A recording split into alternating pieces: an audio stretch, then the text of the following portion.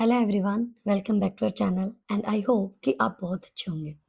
सो friends, हमने DBMS start कर रखा है और ऑलरेडी 2 क्लासेस हमारी हो चुकी हैं, जिसमें what is DBMS, DBMS system और उसके बाद हमने सेकंड क्लास में डिस्कस किया था ईआर मॉडल के बारे में, एंटिटी, एट्रिब्यूट, एंटरप्राइजेज़ उनकी डेफिनेशंस और उसके एडवांटेजेस, ईआर मॉडल के एडवांटेजेस।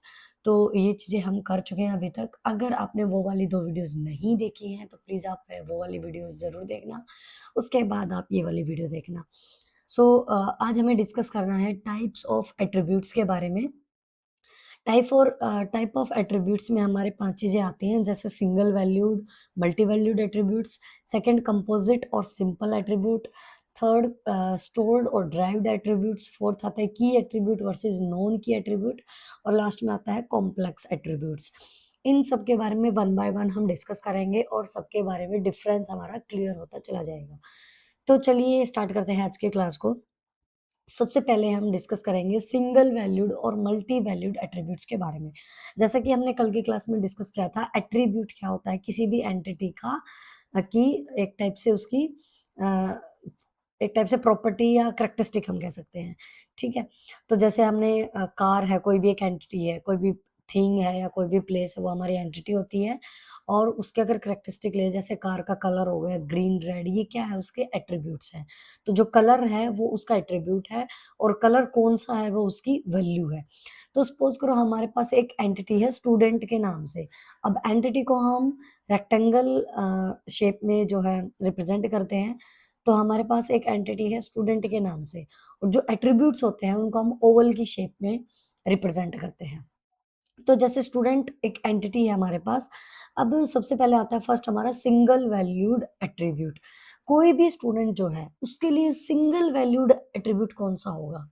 उसके लिए सिंगल वैल्यूड एट्रीब्यूट होगा उसका रजिस्ट्रेशन नंबर या उसका रोल नंबर, ठीक है? तो कोई भी मान लो स्टूडेंट है, तो उसका एट्रीब्यूट हमने ले लिया सिंगल वैल्यूड एट्रीब्यूट लाइक उसका रजिस्ट्रेशन नंबर, जो उसकी सिंगल वैल्यू है जिसके पास, ठीक है?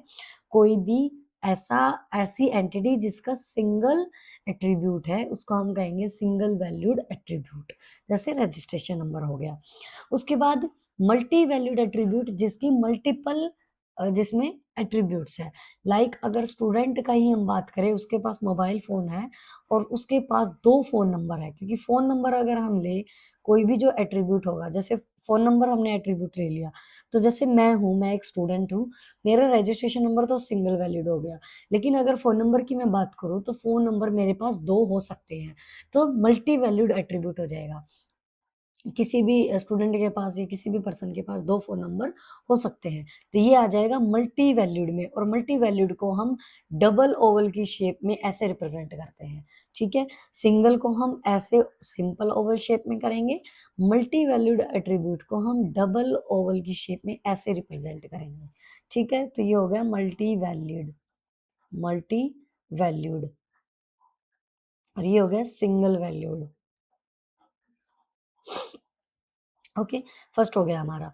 उसके बाद सेकंड है कंपोजिट वर्सेस सिंपल एट्रिब्यूट। अब कंपोजिट वर्सेस सिंपल में क्या होता है? कंपोजिट एट्रिब्यूट वो होते हैं जिनको हम फर्दर डिवाइड कर सकते हैं। लाइक अगर स्टूडेंट जो एंटिटी है उसको हम अगर डिवाइड करने जाएँ, तो स्टूडेंट का नेम जो होगा, ठीक है? उसको हम डिवाइड कर सकते हैं उसके फर्स्ट नेम में, उसके मिडल नेम में और उसके लास्ट नेम में। तो इस नेम को, स्टूडेंट नेम को हमने 3 उसमें डिवाइड कर दिया, 3 एट्रिब्यूट्स के उसमें, कि फर्स्ट नेम हो गया, उसका मिडल नेम हो गया और उसका लास्ट नेम हो गया, ठीक है? तो ये हो गया कंपोज़िट जिसको हमने डिवाइड किया है, एट्रिब्यूट को हमने डिवाइड किया है फर्दर। लेकिन सिंपल को हम डिवाइड नहीं कर सकते, लाइक ऐज हो गया या कोई भी जिसको हम लें, जिसको हम फर्दर डिवाइड नहीं कर सकते। सिंपल अगर हम ले लें, स्टूडेंट की ऐज हो गई या रजिस्ट्रेशन नंबर ही ले लें, जिसको हम डिवाइड नहीं कर सकते आगे, ठीक है? तो ये हो गए हमारे अ, कंपोज़िट, ठीक है? उसके बाद ये हो गया, थर्ड आता है स्टोर्ड वर्सेस ड्राइव एट्रिब्यूट्स। अब स्टोर्ड मतलब जो ऑलरेडी स्टोर्ड है, जिनको हम ड्राइव नहीं कर सकते। ड्राइव मतलब जिनको हम कैलकुलेट नहीं कर सकते, ऐसे हम कह सकते हैं। मान लो स्टूडेंट की डेट ऑफ बर्थ है, ठीक है? स्टूडेंट की क्या है? Date of birth, DOB. इसको हम कैलकुलेट नहीं कर सकते, ये तो फिक्स है कि मान लो कोई भी एक स्टूडेंट है, उसका जो वो पैदा हुआ था तो 1 जनवरी 2000 को हुआ था, मतलब 1 जैन 2000, तो ये स्टोर्ड है, ये वैल्यू ये जो एट्रीब्यूट है वो स्टोर्ड है उस एंटिटी का, ठीक है? इसको हम कैलकुलेट क्या करना है, इसको है ये तो फिक्स है, ठीक है? लेकिन अगर हम ऐज की बात करें, एक एट्रीब्यूट है ऐज, ठीक है?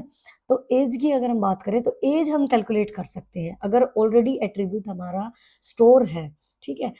डेट ऑफ बर्थ हमारी ऑलरेडी स्टोर्ड है, तो इसको हम कैलकुलेट नहीं कर सकते, ये स्टोर्ड है ऑलरेडी, ठीक है? लेकिन एज को हम कैलकुलेट कर सकते हैं, हमें अगर डेट ऑफ बर्थ पता है कि 1 जैन 2000 है और अभी चल रहा है 2026, ठीक है? तो हमें सीधा-सीधा पता चल रहा है कि इस साल तक वो जो है 26 जो उसकी एज हो जाएगी।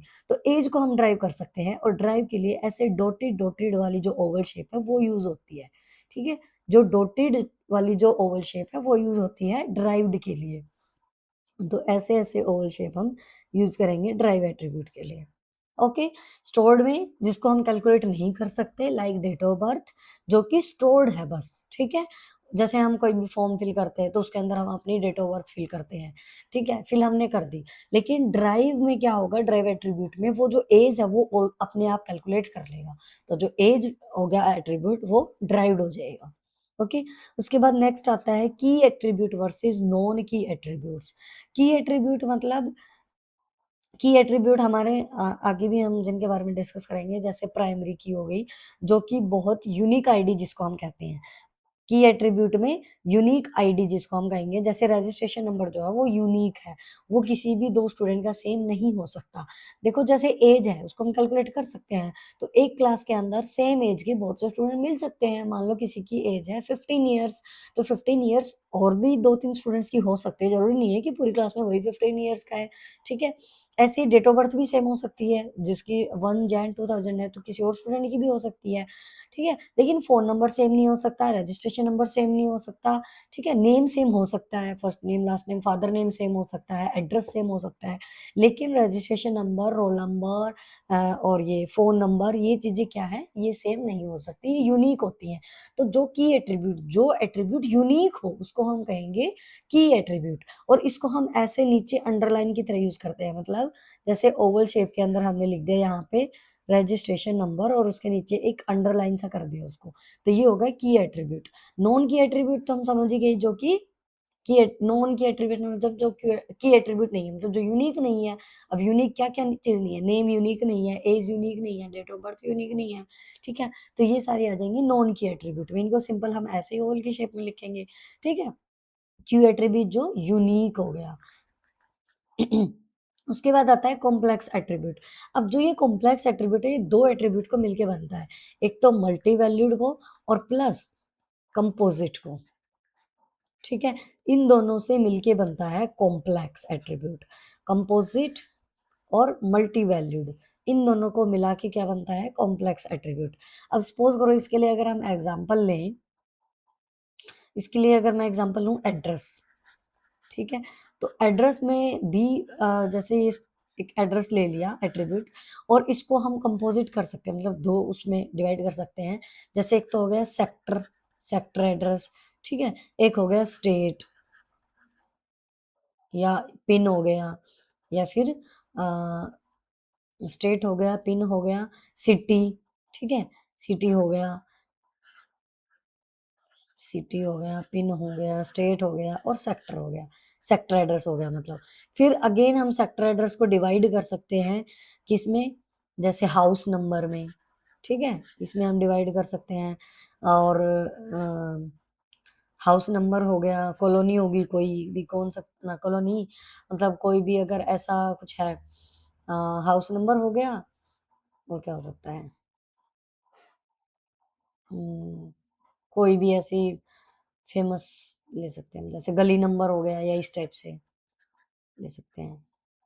तो देखो, एड्रेस एक एट्रिब्यूट था जिसको हमने डिवाइड किया, तो डिवाइड करेंगे तो वो कौन-सा हो गया? कंपोज़िट, ठीक है? तो हमने इसको डिवाइड किया सेक्टर एड्रेस में स्टेट कौन-सा है, सिटी कौन-सी है, पिन क्या है, ठीक है? उसके बाद हमने क्या किया इसको मल्टी वैल्यूड हो सकती है अब जैसे, मल्टी वैल्यूड में क्या-क्या आ जाए जैसे सेक्टर में फर्दर हम इसको कर सकते हैं जैसे हाउस नंबर हो गया और इसका गली नंबर हो गया, मतलब इस टाइप से, ठीक है? तो इन दोनों का जो कॉम्बिनेशन होगा वो होगा हमारा कॉम्प्लेक्स एट्रीब्यूट।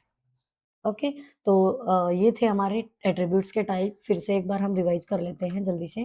सिंगल वैल्यू, जिसमें सिंगल वैल्यू होगी, जैसे हमने रजिस्ट्रेशन नंबर लिया या एज ली, तो सिंगल मतलब किसी भी एंटिटी की सिंगल एट्रीब्यूट है, उसको हम सिंगल वैल्यूड कहेंगे। मल्टी वैल्यूड जिसमें एक से ज्यादा, जैसे फोन नंबर हो गया, उसको हम डबल ओवल शेप में जो है रिप्रेजेंट करेंगे। उसके बाद कंपोजिट में जिसको हम डिवाइड कर सकते हैं, जैसे स्टूडेंट नेम हो गया, उसको फर्स्ट नेम लास्ट नेम में किया हमने। सिंपल में जिसको हम फर्दर डिवाइड नहीं कर सकते, जैसे एज हो गई, हम उसको डिवाइड नहीं कर सकते, लेकिन हम उसको कैलकुलेट कर सकते हैं। तो एज को हम कैलकुलेट करेंगे, तो मतलब ये कौन सी होगी? Derived attribute. स्टोर्ड एट्रीब्यूट जिसको हम डिवाइड नहीं कर सकते, वो होगी हमारी date of birth. Key attribute जो यूनिक होती है, जैसे रजिस्ट्रेशन नंबर सबका यूनिक होता है, किसी का भी सेम नहीं होता है रजिस्ट्रेशन नंबर। नॉन की एट्रीब्यूट जो कि यूनिक नहीं होता।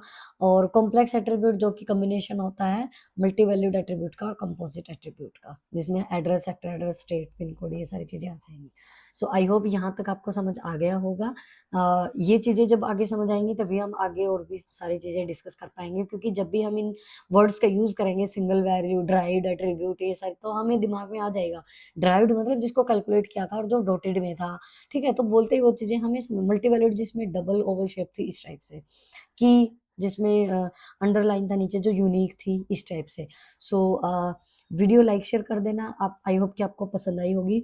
चैनल सब्सक्राइब कर लेना और हमारे साथ ऐसे ही जुड़े रहिएगा। Thank you so much everyone for listening. Bye bye and take care.